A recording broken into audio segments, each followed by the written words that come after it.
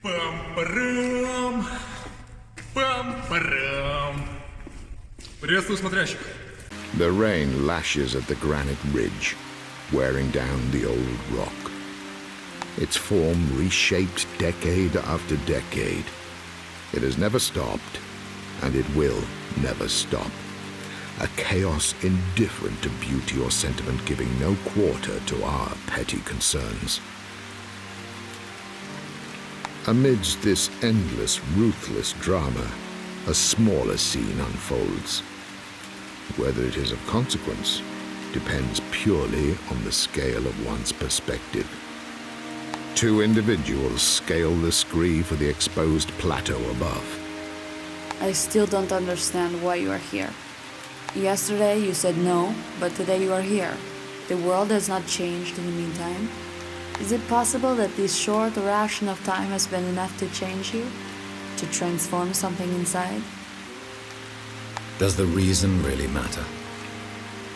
People change, Wilt. All the time they change. Maybe not a lot, maybe not enough, but slowly, like these rocks and cliffs, they change. They themselves don't always notice it, but it's happening all the time. The wind redoubles its efforts to erase them from the blackened rocks, and still they clamber upward, slowly.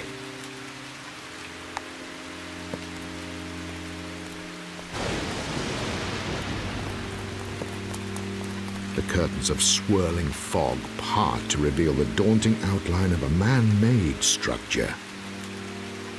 The walls have been chiseled from the jagged ridges of rock. The glimmer of a candlelit monastery is dwarfed by an extension behind it. I guess that's it. Bet Arcady. The smaller monastery is hundreds of years old. Ignat said that Rendain acquired it a few years back and then added the rampart extension shortly after. Looks like it's under heavy guard. They aren't taking chances with all of their senior people in one place. Ignat said they were here for some sort of leadership ritual. This may be our chance to strike at those who really hold the power in Rendain. Wilt and Siska continue their approach towards the somber stone walls of the monastery.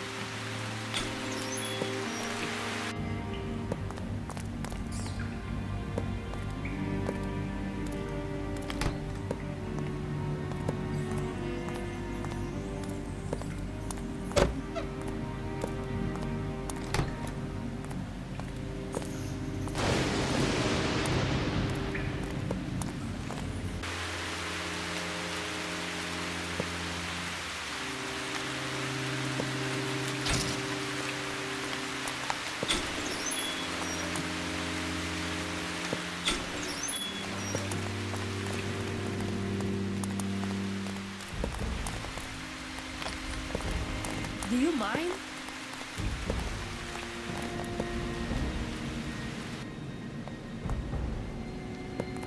What is it?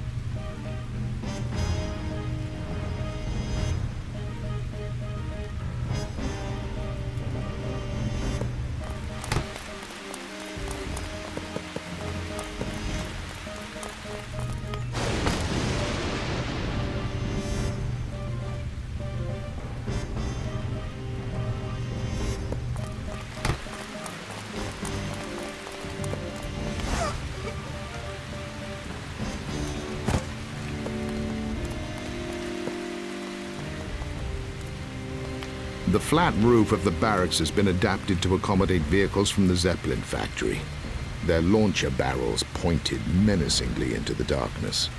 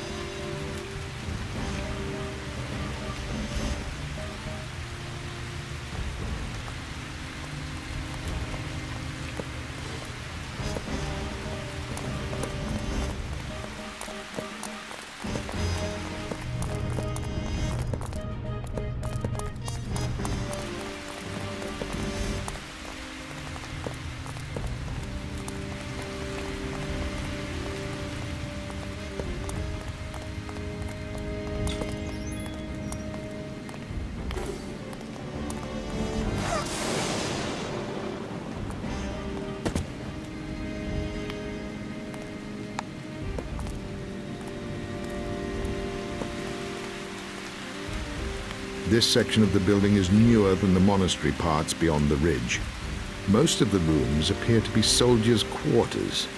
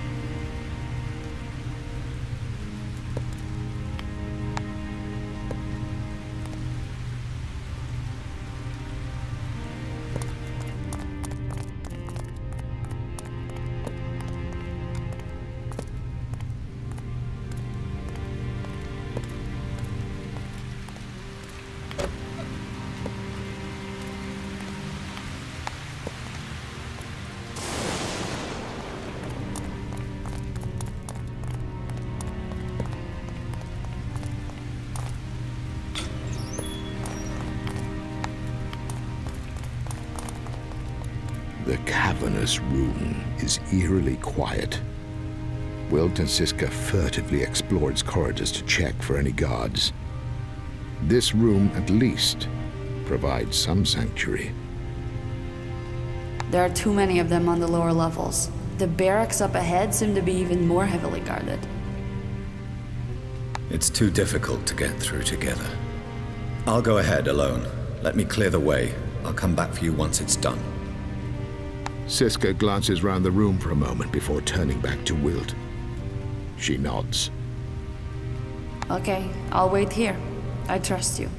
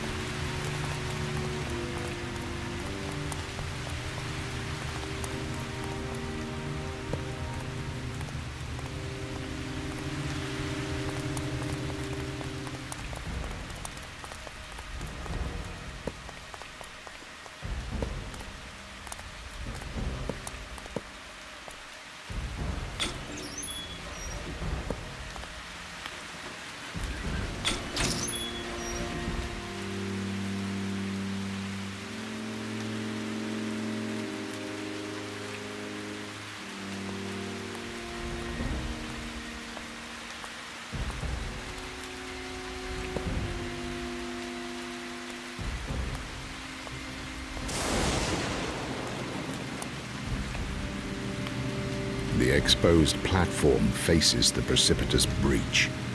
Beyond it, a ravine plummets into nothingness.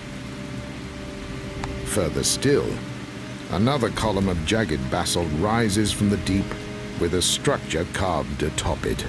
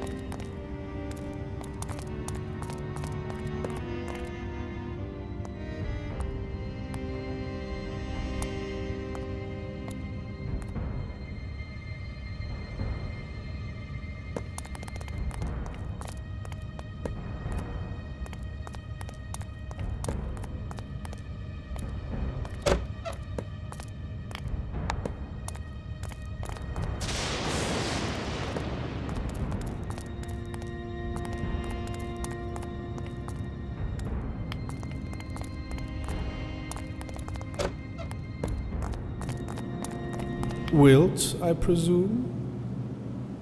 Excuse me? We've not yet met. I am Torvik Baner. Perhaps your friends Siska and Arno told you about me. Oh, do forgive me. I had forgotten about poor Arno. We found his charred remains amidst the debris of our plant. Of course, it was his own vandalism which caused such chaos, so perhaps we should not be too sorry. He made his choices. As will you, Wilt, as will you. But all in due course. For now, I must admit that I am impressed with how you've navigated our facility thus far. Nonetheless, I have ceased to consider your sport worth the effort. It would be logical for you to be eliminated at this point. And yet, there are others who disagree. They still regard you as an exploitable resource. Your impressive ruthlessness is matched only by your complete lack of any conviction. You're a powerful weapon that can be turned any which way. Please, accompany me. Wilt is apprehensive. His curiosity tempers the urge to attack, which pulses through his tensed fingers. Torvik turns and strides towards the cable car sitting upon the boarding platform. Wilt hesitates before following him. They board the vehicle just as its motor splutters into gear.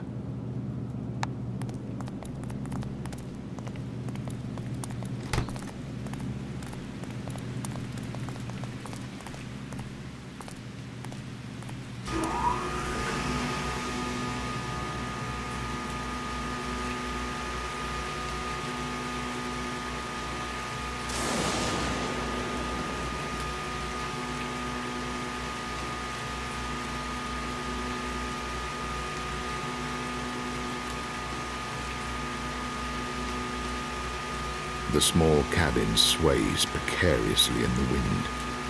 Its motor cogs crawl tentatively along the cable, guiding it through the night air. Wilt stares into the ravine below. Its empty space seems to possess endless mass. A nerve in his neck tingles.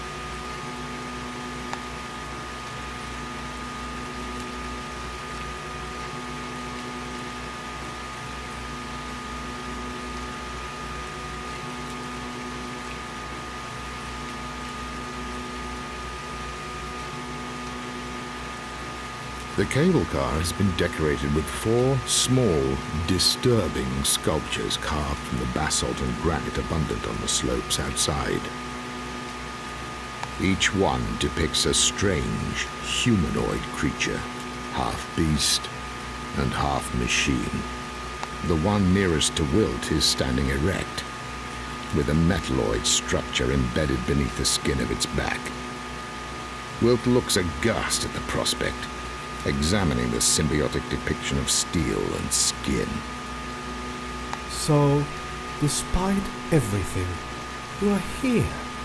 Of all the places for your sickly little bag of flesh to end up, somehow things have led us to this place, this moment. Torvik pauses, turning to one of the statues at his left. Frightening, isn't it? The things which we can do. Such power emanates from our organs and limbs. The car's gears continue to grind it along its threaded route through the abyss. We are almost there.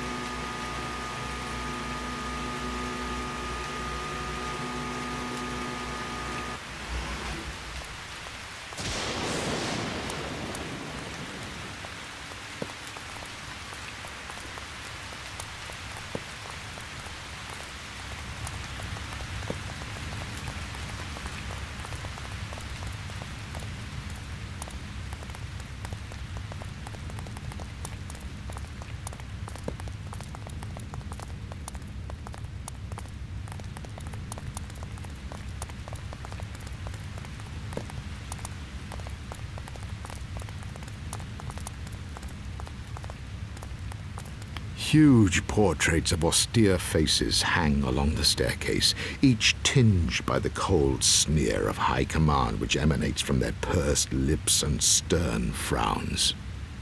They were all powerful men. Please accompany me to the upper residence. I'd like to show you something.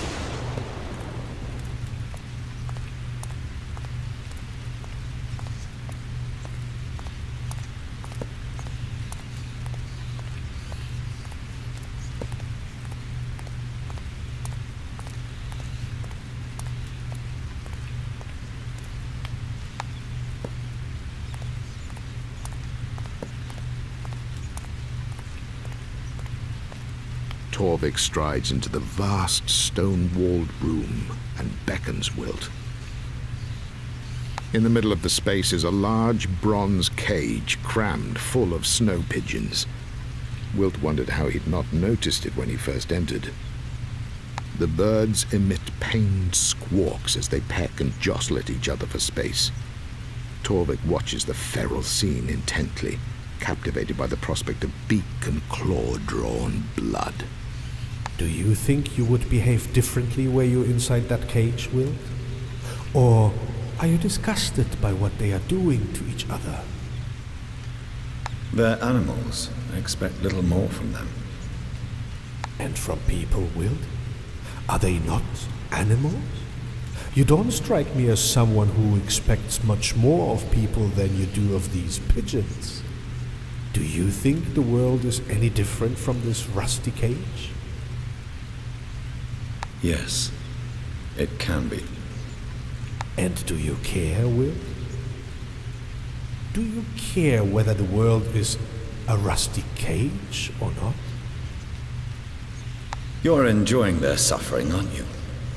You found a way to bring out the worst in them, to render them at their ugliest. And you're proud of it. You read people well, Will. I am indeed proud of this and so much more that I have managed to achieve. Torvik pauses to toss a few scraps of fruit into the cage. His face is tensed in grim fascination as the starved birds fight viciously to earn a bite of the rotting food. I see in you a man who is lost, Wilt. Awake from this dreary existence you have drifted into. Swear your allegiance to us and rediscover what it means to believe in something again. We know you have strength and that you're not afraid to use it. Our clerks have researched your background thoroughly. Your former regiment has kept extensive records of its war deserters. Your murder of the officer, Corporal Harold Wickmans. There is something ruthless inside you, Wilt. Something which we don't often find. That was different. We weren't just two caged pigeons fighting over breadcrumbs. You were, and still are, exactly that, Wilt. When backed into a corner, you acted like any one of these dirty, grubby creatures would have done. I had a reason. Not one I will ever feel the need to share with you, but I had a reason. He deserved what he got. It was different. You can think whatever you need to think, Will. If you must distance yourself from these vermin, so be it. I myself prefer to compliment you on your similarity to them. So, what's it to be? Will you release yourself from your petty vanities and join us in our purpose? Or would you prefer some sort of futile dramatic gesture, like the mess your friends made at our facility?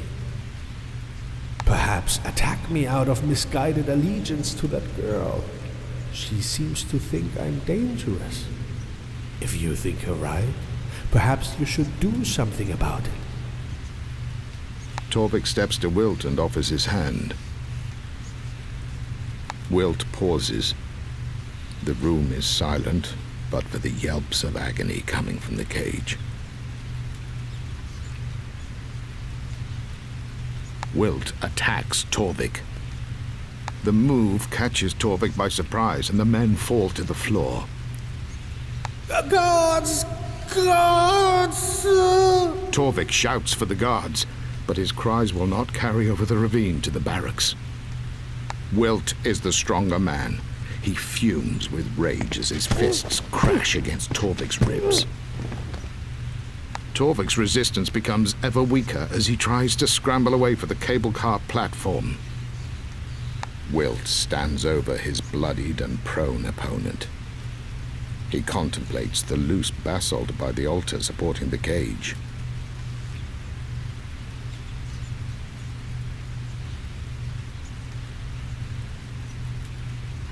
Wilt heaves a basalt slab above his head and brings it crashing onto Torvik's back. Oh!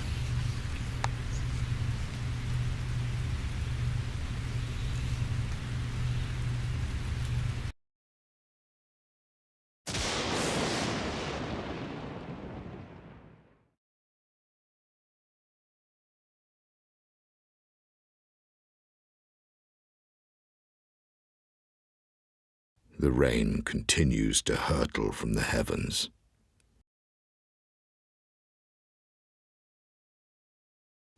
Each drop slaps against the rock with the force and intensity of a cosmic explosion.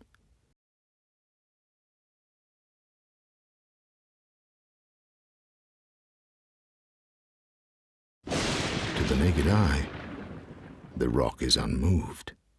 It resists, unchanged and defiant as before, but a change has nonetheless occurred. Each drop has taken its tiny toll. One day, only pebbles will remain. Wilt turns and heads for the exit.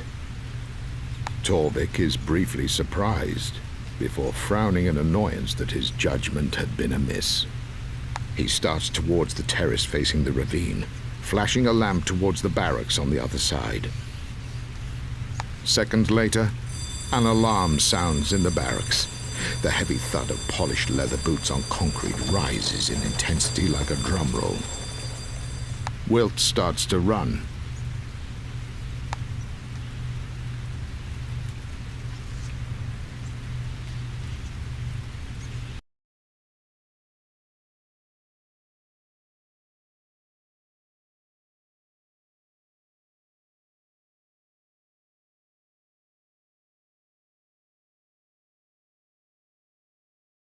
The rain continues to hurtle from the heavens.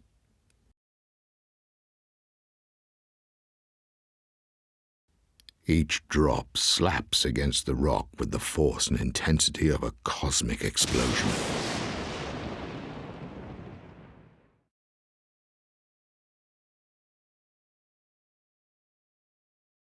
To the naked eye, the rock is unmoved. It resists, unchanged and defiant as before, but a change has nonetheless occurred.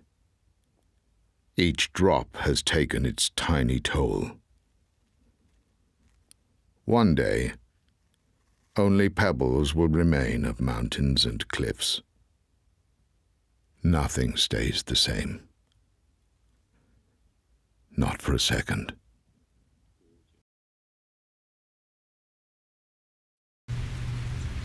Wilt accepts Torvik's hand. Torvik's other hand is clenched. He raises it to Wilt's face and opens his fist.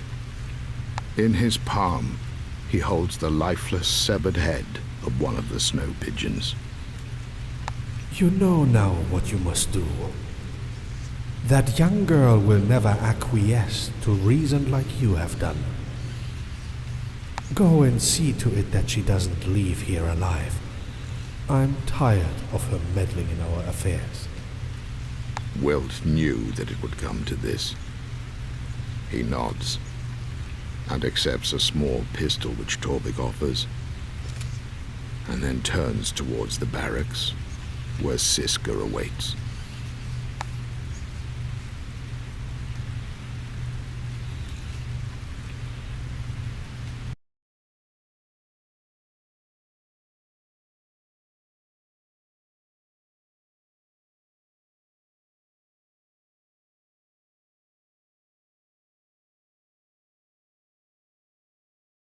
The rain continues to hurtle from the heavens.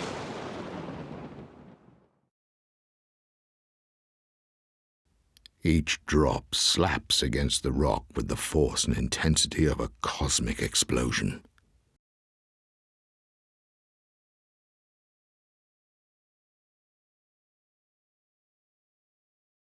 To the naked eye, the rock is unmoved. It resists, unchanged and defiant as before, but a change has nonetheless occurred.